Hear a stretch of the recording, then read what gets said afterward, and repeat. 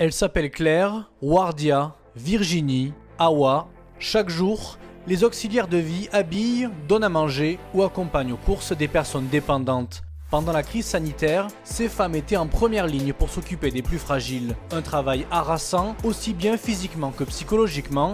Leur petit contrat, éclaté dans la journée, démarre tôt le matin et se termine tard le soir. Leur salaire est excessivement bas. En moyenne, une auxiliaire de vie gagne 700 € par mois.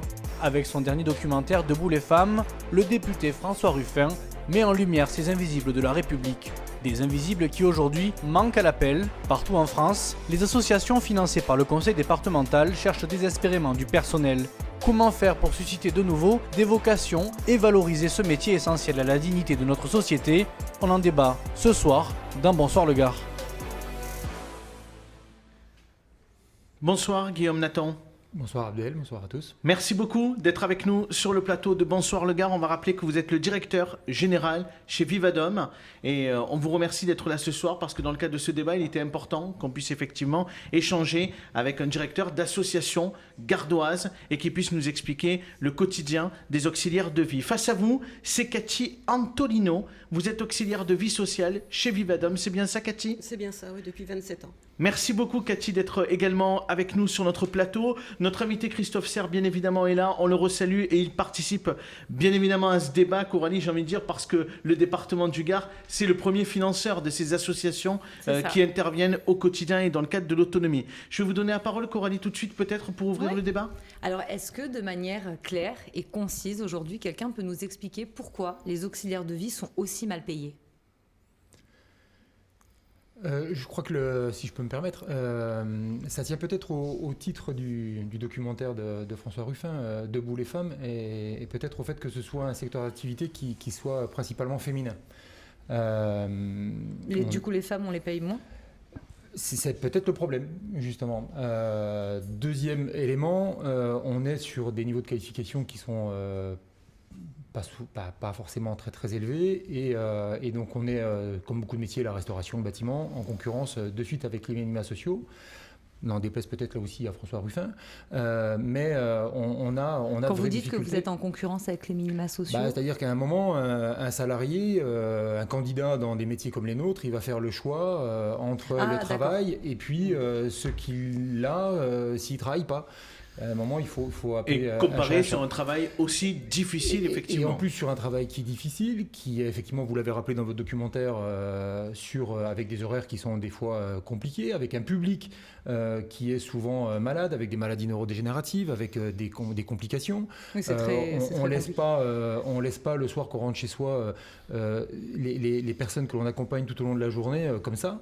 Donc la journée continue après 19h. Mais qui fixe le taux horaire? Par exemple, Monsieur Serre, alors Abdel le disait tout à l'heure, le Gard, c'est notamment lui qui finance l'APA. Comment le taux horaire est fixé de ces personnes? Le taux horaire, il y a des décrets qui fixent un certain nombre de règles. Aujourd'hui, le taux horaire est de 22,80 € et nous allons passer une délibération le 22 octobre pour le porter à 25 €. Mais tout ça avec le Ségur de la santé qui impose au département, mais c'est nécessaire, attention, d'augmenter le taux horaire. Mais est-ce que le département du Gard, par exemple, a la main pour dire c'est 25 par décret, mais on va faire 26 parce que nous, dans notre politique sociale, c'est essentiel d'accompagner les auxiliaires de vie. Le directeur dira comme moi, c'est pas aussi simple que ça. Voilà, pour le salarié, oui, 26, 27, ce serait une bonne chose. Derrière, il y a aussi les moyens qu'on met derrière. Et vous le savez tous, c'est que les finances du département ne sont pas extensibles, puisque nous ne prélevons plus l'impôt, je l'ai déjà dit au cours Mais vous avez la latitude, la question d'Abdel, c'était est-ce que le conseil départemental a le pouvoir de le faire? Ça peut être un choix politique. Le choix politique que nous faisons le 22 octobre, si la majorité à minima nous suit, mais je ne doute pas que l'opposition le fasse elle-même, ça sera de revaloriser le taux horaire à 25 €. C'est une bonne nouvelle, ça, monsieur Nathan? Ou ce n'est juste qu'un ajustement national? 25 €, on ne va pas rentrer dans la technique, c'est pas le but, mais la gouvernance du conseil départemental et les techniciens savent que 25 €, c'est pas le prix, c'est pas le coût d'une heure d'aide à domicile. il y aura des compléments, enfin on discutera sur des dialogues de gestion, sur des discussions.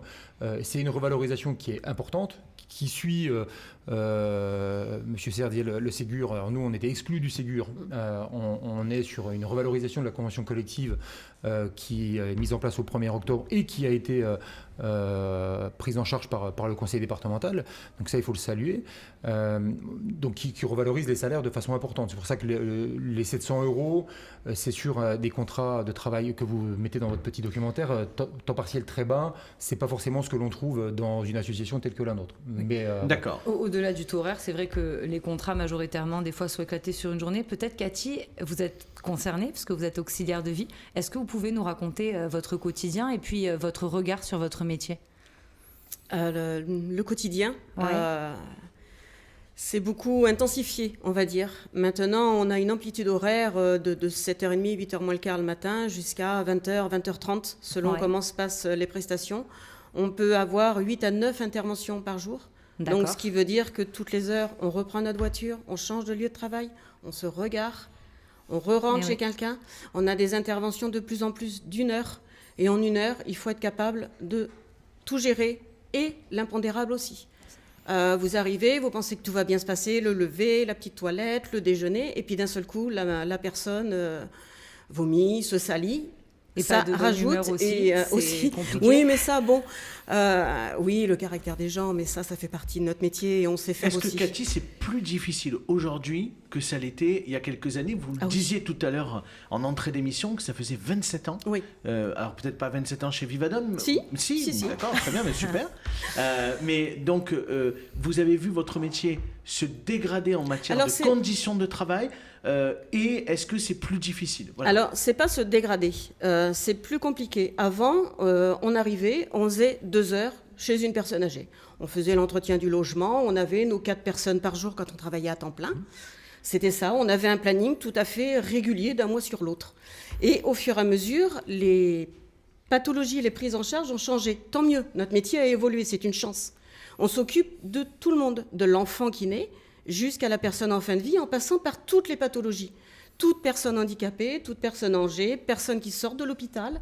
Donc bien évidemment, notre métier a changé. C'est une richesse. Mais ça s'est intensifié, c'est devenu compliqué, fatigant. On a beaucoup d'accidents de travail parce qu'on est usé. Et voilà. Pourquoi vous avez choisi de faire ce métier? Ça a été un choix complet. J'étais secrétaire et à la base. Je me suis arrêtée pour élever mon premier enfant. Et quand j'ai voulu reprendre, j'étais décalée. J'avais pas le côté informatique. Et on m'a dit, mais va Ouais. à l'Indada. À cette époque-là, c'était pas encore Vivadom. Tu verras, c'est bien. Et je suis vraiment tombée dans mon travail, quoi. C'était pour moi. Est-ce que ces dernières années, Cathy, vous vous êtes dit, faut que j'arrête? C'est trop dur. Non. J'y arrive pas. Non, j'ai Plus. dit, il faut trouver pour améliorer nos conditions de travail. Donc, du coup, j'ai une autre casquette qui fait que j'essaye de travailler aussi en partenariat pour améliorer nos Monsieur conditions. Nathan, rappelons-le, vous êtes On a une directeur. intervention très Oui. intéressante de la part Oui, d'une Sacha. personne dans le chat qui nous dit ces personnels sont très polyvalents mais pas forcément formés à toutes les tâches qu'on leur demande. Est-ce que c'est vrai? Oui, tout le monde sur le terrain n'est pas formé malheureusement parce qu'on a de plus en plus de mal donc à recruter. Donc pour les personnes, on a de plus en plus de mal à avoir des AVS, des assistantes de vie. Et ce qui fait que oui, de temps en temps, on a des collègues qui nous remplacent et qui n'ont pas la formation qu'elles devraient avoir. On va donner la parole dans quelques instants au premier vice-président du département, mais une question pour Monsieur Nathan, je le rappelle, directeur général chez Vivadom. Pourquoi, on se rappelle depuis l'époque de Nicolas Sarkozy qui était président, cette question autour de l'autonomie, la prise en charge du grand âge, etc. Pourquoi on n'est pas arrivé à mettre les moyens sur la table? Pourquoi aujourd'hui il n'y a pas une prise en charge ou en tout cas une prise en compte beaucoup plus importante de cette autonomie, de l'hospitalisation à domicile qui est devenue aujourd'hui, je veux dire, presque une réalité pour tous les Français? Vous posez la question au premier vice-président sur le choix politique du département, mais la vraie question, elle est sur le choix politique national. À un moment, c'est au gouvernement de dire que c'est pour ça que je un vous choix demande de pourquoi société. on n'y arrive pas depuis l'époque de Nicolas Sarkozy, j'étais pas qui en Premier avait ministre. parlé longuement. J'étais pas Premier ministre de Nicolas Sarkozy, mais j'ai souvenir par contre qu'en 2007 ou 2008, on avait organisé une conférence déjà avec Vivadom. À l'époque, c'était M. Portales qui était venu sur le 5e risque, parce qu'il était promis par Nicolas Sarkozy.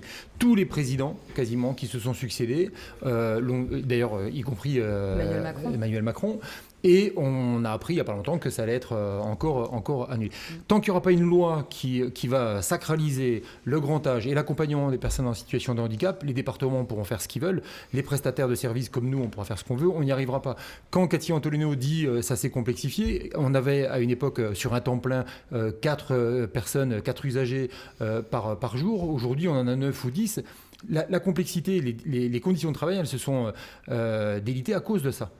Quand on avait 4 personnes par jour, on pouvait bien en prendre soin. Aujourd'hui, on en a 8, 9, voire 10. Parce qu'il y a de plus en plus de personnes dépendantes. Il y a de plus en plus de personnes dépendantes et des plans d'aide qui je suis désolé de le dire, qui ont diminué. Aujourd'hui, on a des plans d'aide qui ne nous permettent pas de faire un travail de fond aussi avec la personne. On nous impose des plans d'aide personnalisés et en même temps, on n'a pas les moyens de mettre en place ces plans d'aide personnalisés. Mais ça, c'est le conseil départemental qui gère les plans d'aide. C'est pas si simple que ça, c'est l'État. À un moment, il faut qu'il y ait une péréquation. On a créé la Caisse nationale solidarité et autonomie sous Sarkozy, je crois. Abdel, vous le rappeliez. Et on n'a pas les moyens pour mettre... C'est un vrai choix de société. Dans 4 ou 5 ans, on va avoir le papy-boom qui va arriver dans l'âge de la dépendance. On n'a pas le personnel aujourd'hui, on ne l'aura pas demain. Alors comment on fait? Parce que la question ce soir, il faut mettre des moyens. C'est quoi l'avenir? Il faut mettre des moyens.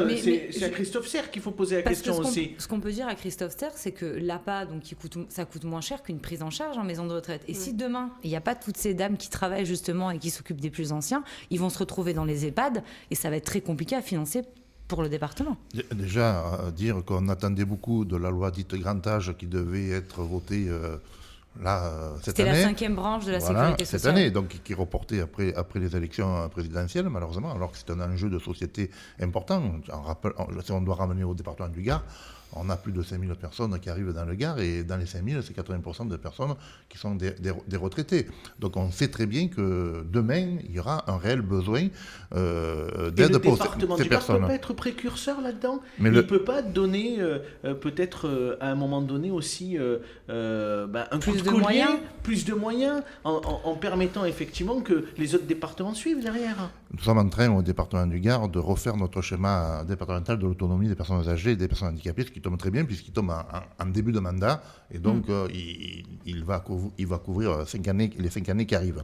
Et donc tous nos partenaires, donc Vivadom mais beaucoup d'autres, participent et participeront à son élaboration. Là, nous en avons fait déjà un premier diagnostic. On va avoir un comité de pilotage, si je ne me trompe pas, le 25 octobre. Mais il y a presque tout à inventer. Tout à l'heure, on parlait du maintien à domicile, mais le maintien à domicile devra être la priorité. Aujourd'hui, on va passer concernant les maisons de retraite, à des maisons de retraite de 4e génération. Parce qu'aujourd'hui, la maison de retraite n'est pas adaptée parfois à l'accueil de ces personnes âgées. Et les personnes âgées, leur volonté, c'est de rester à domicile. Oui. Et si elles veulent rester à domicile, il nous faudra des personnes qui les accompagnent, qui les aident. Voilà. C'est que peut-être dans votre schéma, il faudra un vrai, entre guillemets, package où ça ne sera pas uniquement pour faire les courses ou pour nettoyer la maison. Il va falloir aussi les éveiller, maintenir quand même un lien. C'est nos aînés, quoi. On travaille déjà avec nos partenaires. Aujourd'hui, on a 72 associations ou entreprises agréées. Les fameux agréments qu'on ne délivre plus depuis 5 ans parce qu'on considère qu'il y a assez de partenaires sur notre territoire.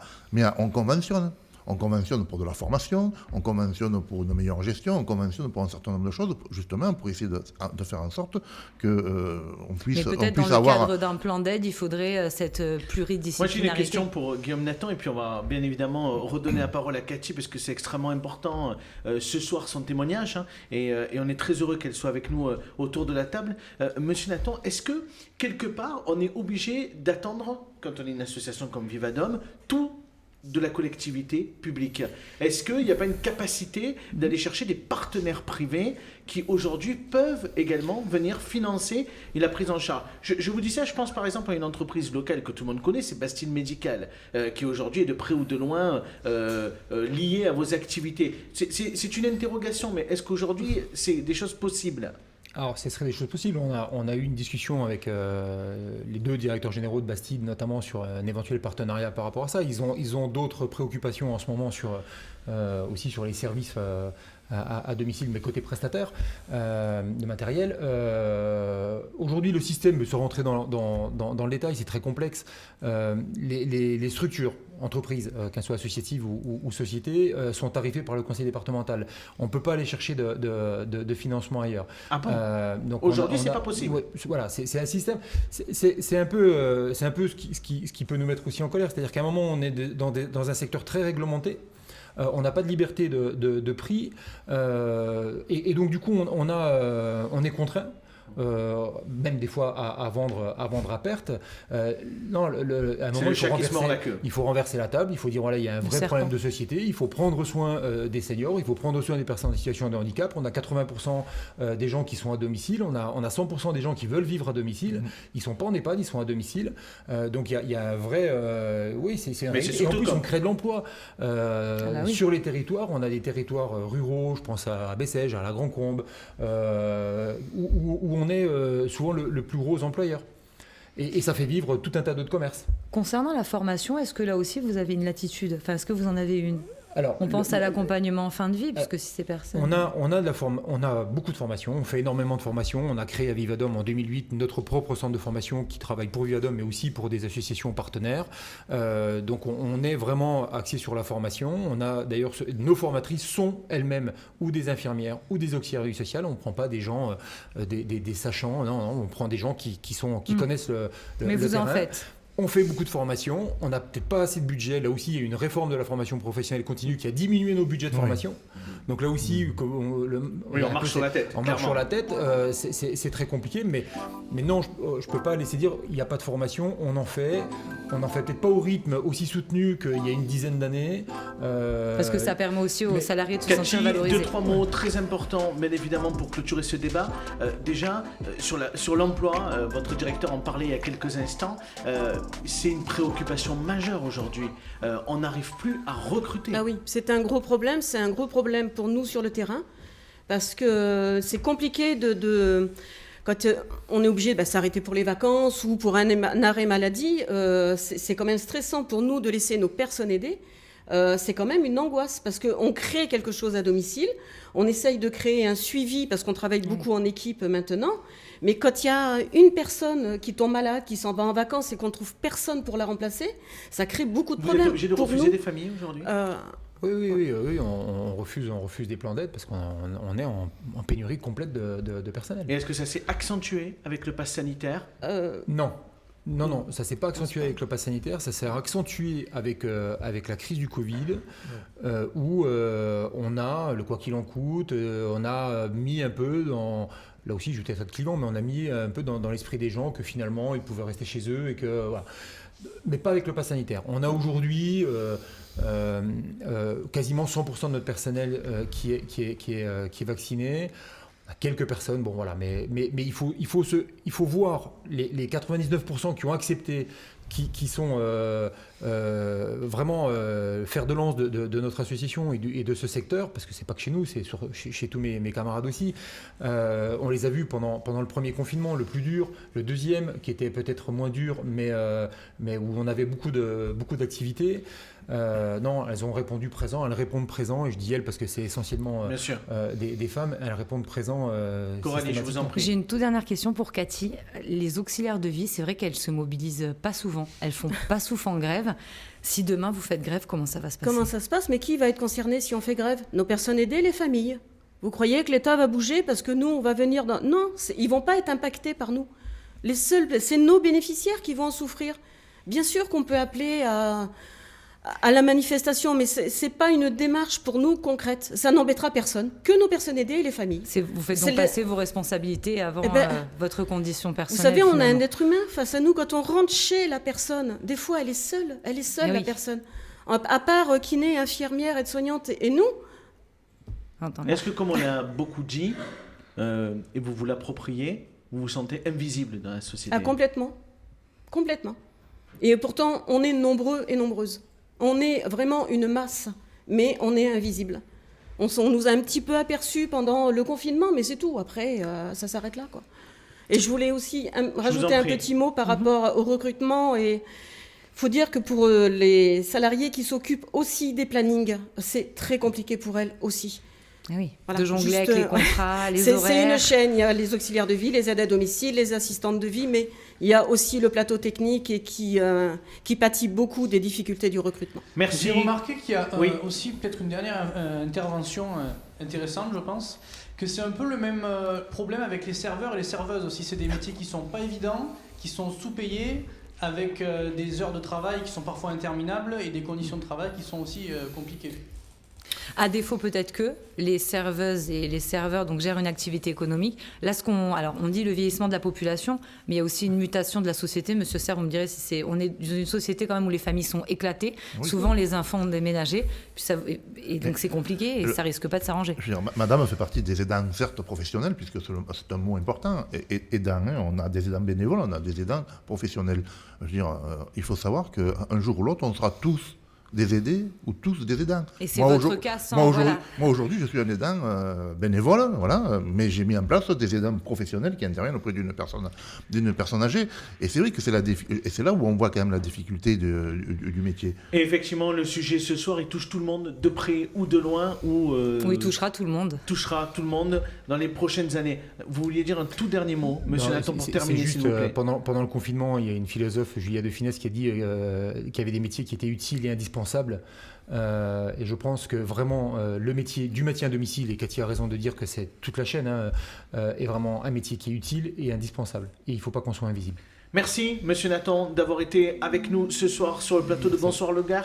Merci, Cathy, d'avoir été là ce soir et d'avoir accepté de témoigner sur notre plateau. Et on aura l'occasion de vous réinviter, bien évidemment, prochainement. Et on espère que les choses vont évoluer positivement pour votre métier et pour Vivadom, parce qu'on sait que Vivadom aide beaucoup de familles aujourd'hui sur le territoire du Gard.